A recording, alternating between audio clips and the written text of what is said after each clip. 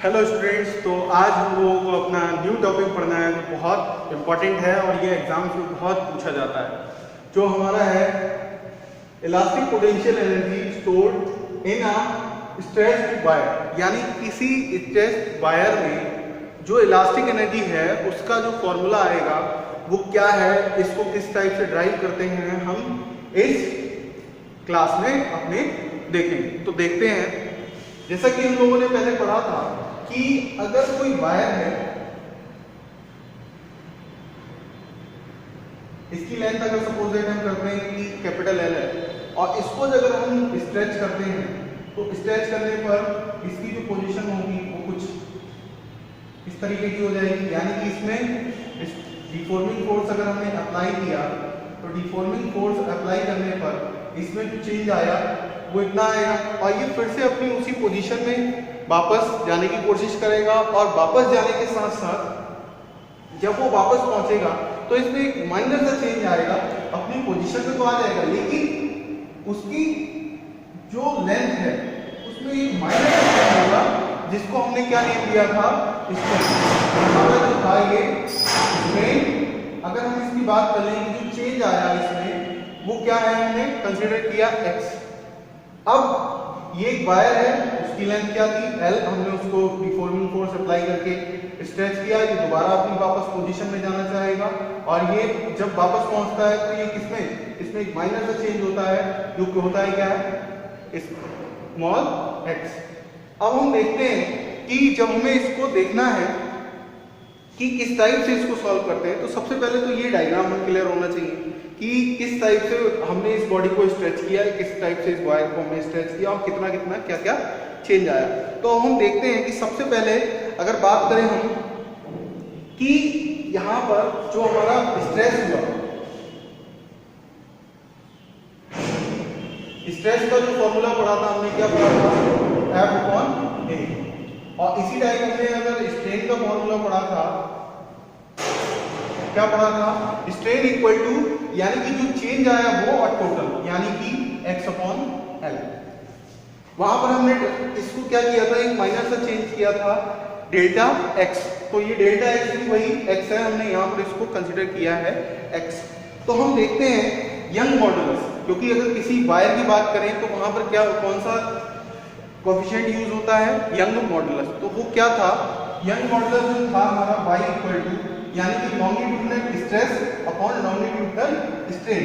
यानी कि longitudinal stress हमारा जो है वो क्या होगा, F/A और लॉन्गिट्यूडनल स्ट्रेन जो होगा वो क्या होगा हमारा x/L।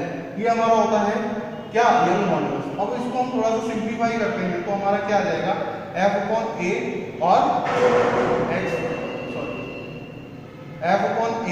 और ये L ऊपर शिफ्ट हो जाएगा यानी कि L/x। ये हमारा क्या आया, यंग मॉडुलस खींचे हुए वायर के लिए। अब यहां से अगर हम देखें कि भाई जब ये आया है तो जब वायर को हमने खींचा है यानी कि फोर्स अप्लाई किया है तो वो कितना फोर्स है, तो हम इसको यहां से फोर्स फाइंड आउट करते हैं।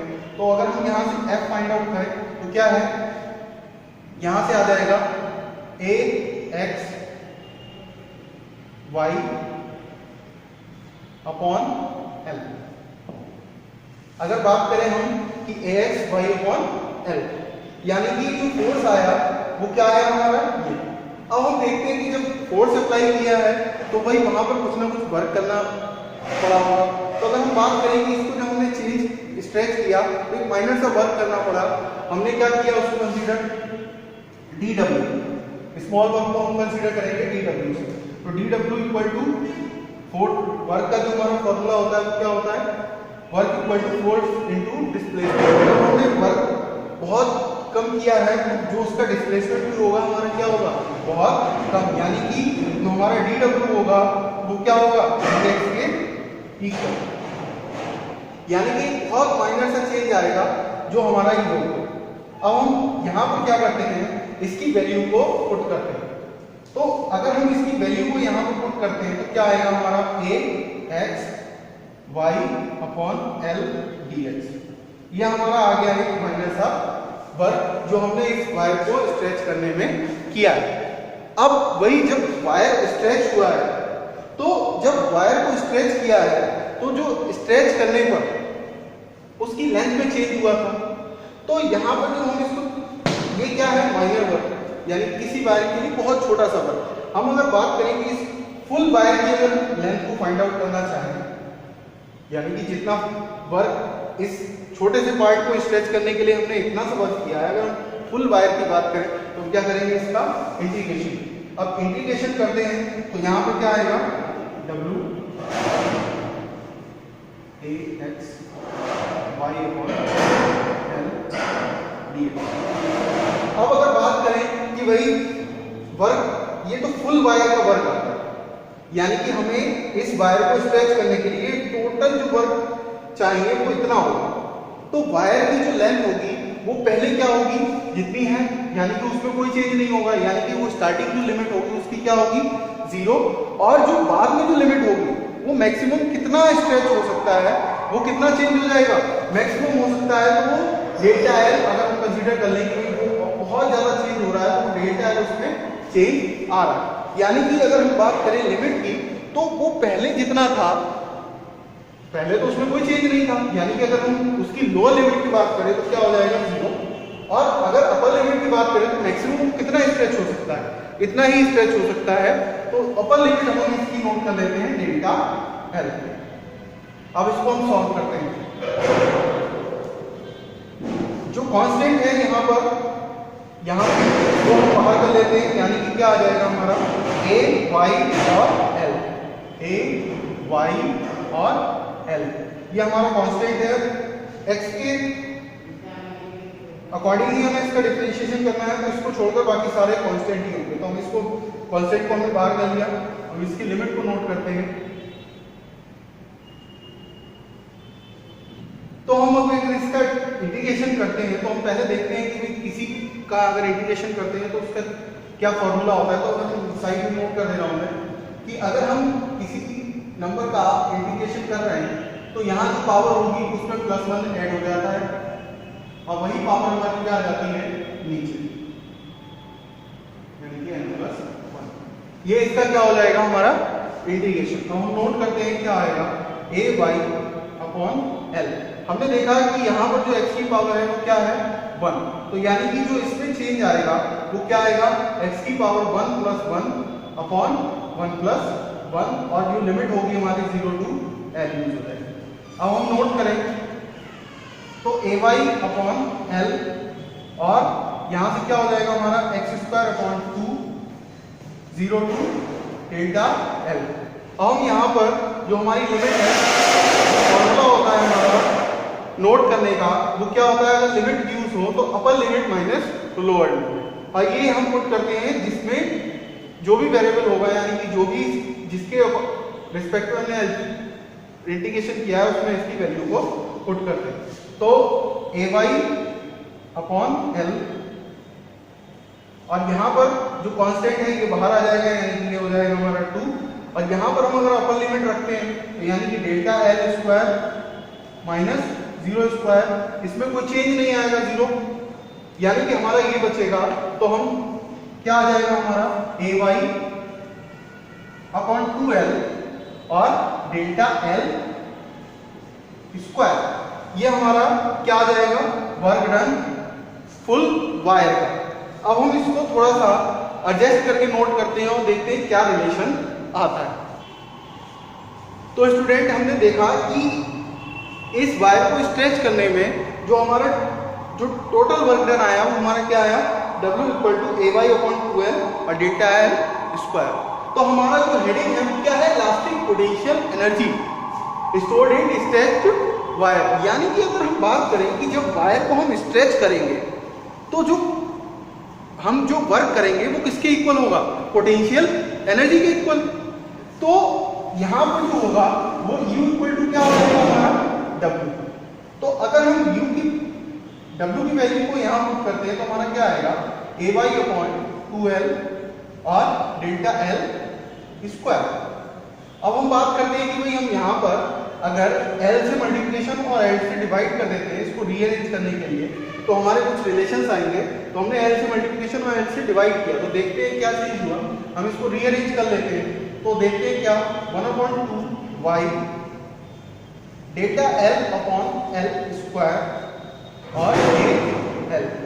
अब हमने देखा जो ये एल थे ये इसके साथ कंबाइन करके स्क्वायर में आ गए और ये एक फॉर्म में इसके साथ लिंक कर दिया। तो ये हमारा जो है क्या, ए हमने बात की थी क्षेत्रफल यानी कि एरिया, एरिया इनटू लेंथ, जो एरिया इनटू लेंथ होता है वो हमारा क्या होगा, वॉल्यूम, यानी कि वॉल्यूम हो जाएगा। अब बाकी हमने एक चीज नोट की थी कि ये तो यंग मॉडुलस हो गया, ये जो चीज है वो डेल्टा एल अपॉन एल हमारा क्या होता है, स्ट्रेन, यानी कि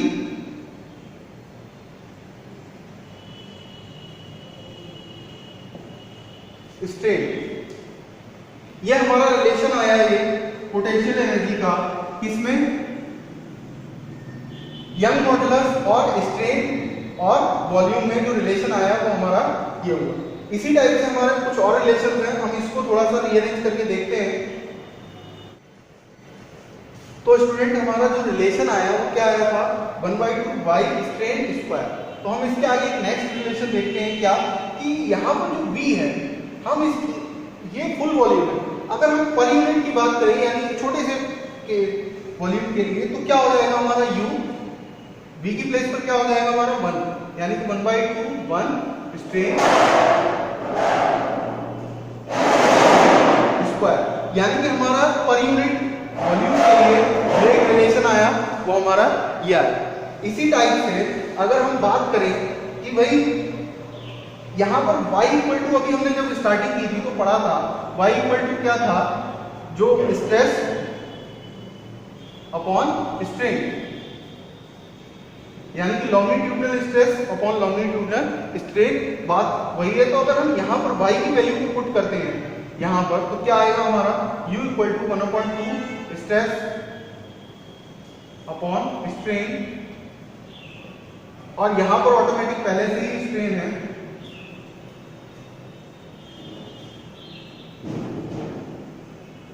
स्क्वायर। अब हम देखते हैं यहाँ पर स्क्वायर है, स्क्वायर से ये फुल कट, यानी कि अगर हम देखें तो हमारा एक रिलेशन आया 1/2 स्ट्रेस इनटू स्ट्रेन। एक रिलेशन हमारा ये आया, ये किसके लिए है, पर यूनिट वॉल्यूम के लिए। अब अगर बाई चांस हमें कह दें कि वो पर यूनिट वॉल्यूम के लिए नहीं, अगर टोटल वॉल्यूम के लिए आता है तो इसके साथ क्या होगा, वॉल्यूम जो होगा वो क्या हो जाएगा, मैं इधर नोट कर दे रहा हूं, यानी कि अगर ये टोटल की बात करेंगे तो क्या आ जाएगा, एक फॉर्मूला रहेगा, बस इसमें क्या आ जाएगा, एक चेंज जो होगा वो क्या आ जाएगा, वॉल्यूम होगा। ये किसकी बात हो गई, एक फुल वायर के फॉर्मूले। अब इसी टाइप से हमारा जो ये क्वेश्चन है और ये टॉपिक है वो हमारा इसी टाइप से ये सॉल्व होता है। ये एग्जाम में बहुत पूछा जाता है, इसलिए मेनली ये किसी भी फॉर्म में आ जाता है। अगर वो कह देता है relation between strain and young modulus तो हमें ये सॉल्व करना है।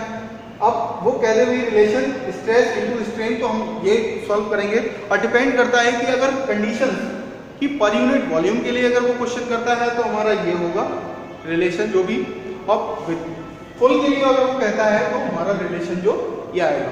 होप यू आपको ये क्लास, ये जो टॉपिक है इस क्लास में हमने जो डिस्कस किया वो समझ में आया होगा। इसकी आप प्रैक्टिस करें और अगर कोई क्वेरी हो तो please ask me. Thank you class.